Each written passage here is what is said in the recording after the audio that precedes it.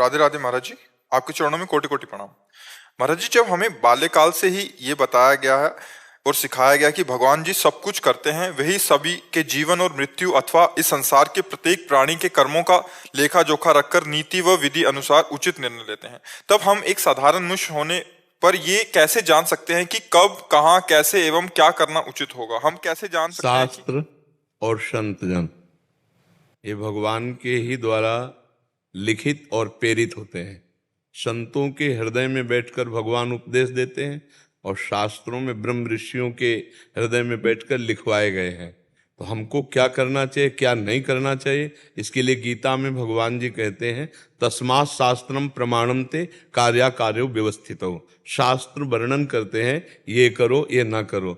अब जन साधारण आदमी शास्त्र में तो प्रवेश पाया नहीं तो सत्संग सुने, अगर सत्संग भी नहीं सुन पा रहा तो ईमानदारी से देखो, तुम्हारे हृदय में बैठा हुआ भगवान जब तुम गलत करना चाहते हो तो तुम्हें प्रेरित करता है कि नहीं कि गलत है? सच्चाई से बताओ।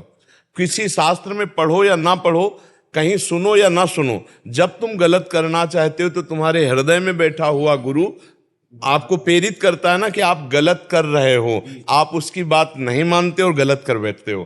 कोई ये नहीं कह सकता कि मुझे पता नहीं था कि गलत है, क्योंकि हृदय में भगवान सबके बैठे हैं और सबको सूचना देते हैं, बड़ी धीमी आवाज में देते हैं, बहुत झीनी, ये गलत है। पर हमारी वासना इतनी प्रबल होती है कि हम उस बात की अवहेलना करके और गलत कर फिर हमें दंड मिलता है। फिर हमें कोई ये नहीं कह सकता मुझे पता नहीं था। गलत का पता होता है। हमारी बहन को कोई गलत देखे तो हमें बुरा लगेगा, तो हम किसी के बहन को बुरा क्यों देखें?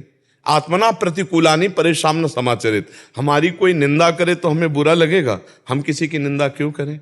आत्मना प्रतिकूलानि, जो मुझे प्रतिकूल लगता है वो मैं दूसरे के लिए नहीं करूंगा। मेरे शरीर को कोई पीड़ा पहुंचाए, मैं दूसरे के शरीर को कैसे पीड़ा पहुंचा सकता हूं? क्योंकि जैसे मेरा शरीर मुझे प्रिय है, ऐसे हर जीव का अपना शरीर प्रिय है। लेकिन नहीं, अपने स्वाद के लिए, अपनी पुष्टता के लिए दूसरे के शरीर को नष्ट करके हम खाते हैं। अपनी वासना पूर्ति के लिए हम दूसरी माताओं बहनों की तरफ गंदी दृष्टि देखते हैं।